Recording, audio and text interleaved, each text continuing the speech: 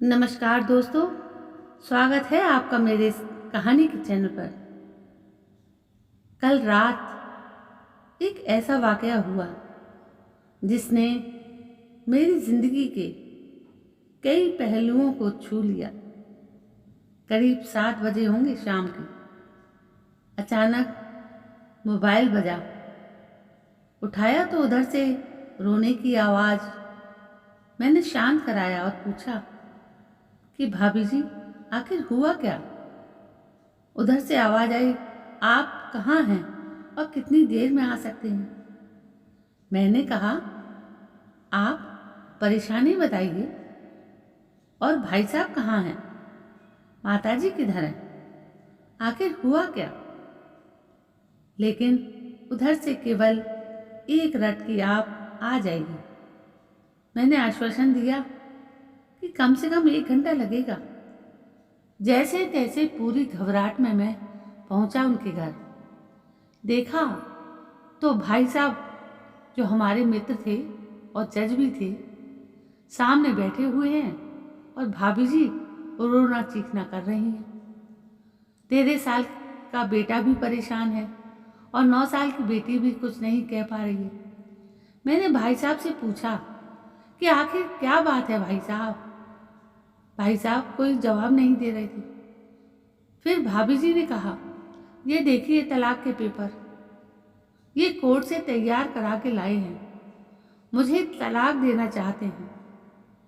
मैंने पूछा, ये कैसे हो सकता है? इतनी अच्छी फैमिली है, 2 बच्चे हैं, सब कुछ सेटल है। प्रथम दृष्टि में मुझे लगा कि ये मजाक है। लेकिन मैंने बच्चों से पूछा, दादी किधर हैं? बच्चों ने बताया, पापा ने उन्हें 3 दिन पहले नोएडा के वृद्धाश्रम में शिफ्ट कर दिया है। मैंने घर के नौकर से कहा, मुझे और भाई साहब को चाय पिलाओ। कुछ देर में चाय आई। भाई साहब को बहुत कोशिशें की पिलाने की, लेकिन उन्होंने नहीं पी और कुछ ही देर में वो एक मासूम बच्चे की तरह फूट फूट कर रोने लगे। बोले, मैंने 3 दिन से कुछ भी नहीं खाया है। मैं अपनी 61 साल की माँ को कुछ लोगों के हवाले करके आया हूँ। पिछले साल से मेरे घर में उनके लिए इतनी मुसीबतें हो गई कि पत्नी ने कसम खा ली कि मैं माँ जी का ध्यान नहीं रख सकती। ना तो ये उनसे बात करती थी और ना ही मेरे बच्चे बात करते थे। रोज मेरे कोर्ट से आने के बाद माँ खूब रोती थी। नौकर तक भी अपनी मनमानी से व्यवहार करते थे माँ से। माँ ने 10 दिन पहले बोल दिया, बेटा तू मुझे ओल्ड एज होम में शिफ्ट कर दे। मैंने बहुत कोशिशें की पूरी फैमिली को समझाने की, लेकिन किसी ने माँ से सीधे मुंह बात नहीं की। जब मैं 2 साल का था तब पापा की मृत्यु हो गई थी। दूसरों के घरों में काम करके मुझे पढ़ाया, मुझे इस काबिल बनाया कि आज मैं जज हूं। लोग बताते हैं कि माँ कभी दूसरों के घरों में काम करते वक्त भी मुझे अकेला नहीं छोड़ती थी, और उस माँ को मैं ओल्ड एज होम में शिफ्ट करके आया हूँ। पिछले 3 दिनों से मैं अपनी माँ के एक एक दुख को याद करके तड़प रहा हूँ, जो उसने केवल मेरे लिए उठाए। मुझे आज भी याद है, जब मैं 10th की परीक्षा में अपियर होने वाला था, माँ मेरे साथ रात रात भर बैठी रहती। एक बार माँ को बहुत बुखार हुआ। मैं तभी स्कूल से आया तो उसका शरीर गर्म था, तप रहा था। मैंने कहा, माँ तुम्हें बुखार है? हंसते हुए बोली, अभी खाना बना रही थी ना, इसलिए गर्म है। लोगों से उधार मांगकर मुझे दिल्ली विश्वविद्यालय से LLB तक पढ़ाया। मुझे ट्यूशन तक नहीं पढ़ने देती थी कि कहीं मेरा टाइम खराब ना हो जाए। कहते कहते रोने लगे और बोले, जब ऐसी माँ के हम नहीं हो सके तो हम अपने बीवी और बच्चों के क्या होंगे? हम जिनके शरीर के टुकड़े हैं, आज हम उनको ऐसे लोगों के हवाले कराए जो उनकी आदत, उनकी बीमारी, उनके बारे में कुछ भी नहीं जानते।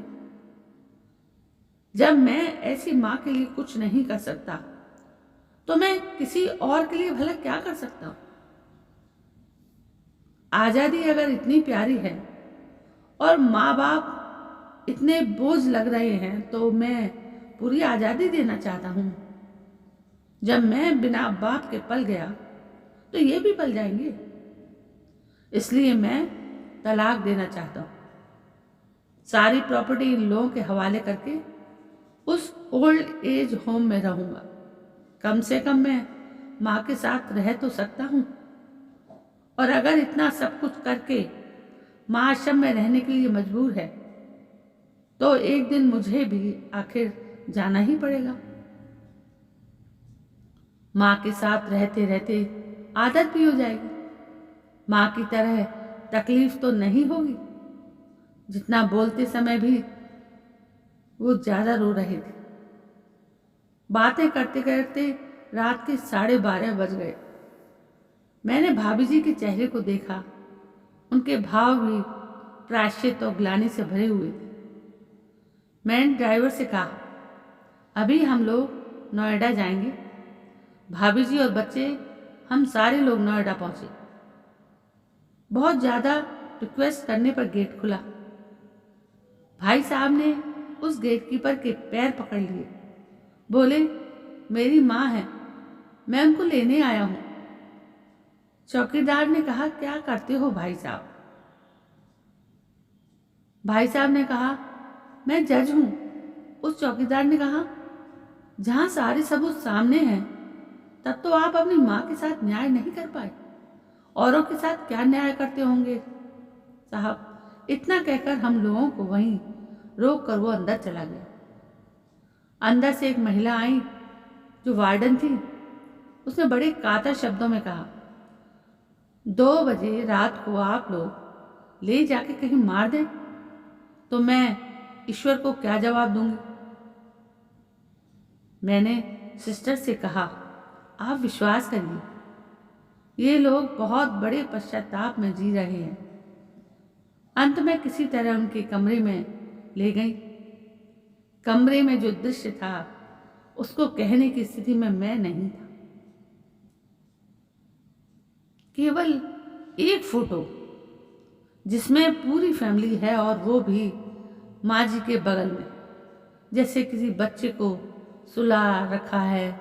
मुझे देखा तो उनको लगा कि बात ना खुल जाए, लेकिन जब मैंने कहा हम लोग आपको लेने आए हैं तो पूरी फैमिली एक दूसरे को पकड़कर रोने लगी। आसपास के कमरों में और भी बुजुर्ग थे। सब लोग जाकर बाहर तक ही आ गए। उनकी भी आंखें नम थी। कुछ समय के बाद चलने की तैयारी हुई। पूरे आश्रम के लोग बाहर तक आए। किसी तरह हम लोग आश्रम के लोगों को छोड़ पाए। सब लोग इस आशा से देख रहे थे कि शायद उनको भी कोई लेने आए। रास्ते भर बच्चे और भाभी जी तो शांत रहे, लेकिन भाई साहब और माता जी एक दूसरे की भावनाओं को अपने पुराने रिश्ते पर बिठा रहे। घर आते आते करीब 3:45 हो गए और भाभी जी भी अपनी खुशी की चाबी कहाँ है ये समझ गई थी। मैं भी चल गया, लेकिन रास्ते भर वो सारी बातें और दृश्य घूमते रहे। माँ केवल माँ है, उसको मरने से पहले न माने। माँ हमारी ताकत है, उसे बेसहारा ना होने दे। अगर वो कमजोर हो गई तो हमारी संस्कृति की रीढ़ कमजोर हो जाएगी। और बिना रीढ़ का समाज कैसा होता है किसी से छुपा नहीं। अगर आपके परिचित परिवार में ऐसी कोई समस्या हो तो उसको ये जरूर पढ़ाएं, बात को प्रभावी ढंग से समझाएं। कुछ भी करें, हमारी जननी को बेसहारा बेघर ना होने दें। अगर माँ की आंख से आंसू गिर गए तो ये कर्ज कई जन्म तक रहेगा। यकीन मानना, सब होगा तुम्हारे पास, पर सुकून नहीं होगा। सुकून सिर्फ माँ के आंचल में होता है और उस आंचल को बिखरने मत देना। तो दोस्तों, ये थी कहानी जो थोड़ी सी आँखों को नम कर देती है। मेरा तो गला भी भर आ गया। चलिए, कल मैं फिर आती हूँ आपके सामने एक नई कहानी को लेकर। तब तक के लिए जय हिंद, वंदे मातरम।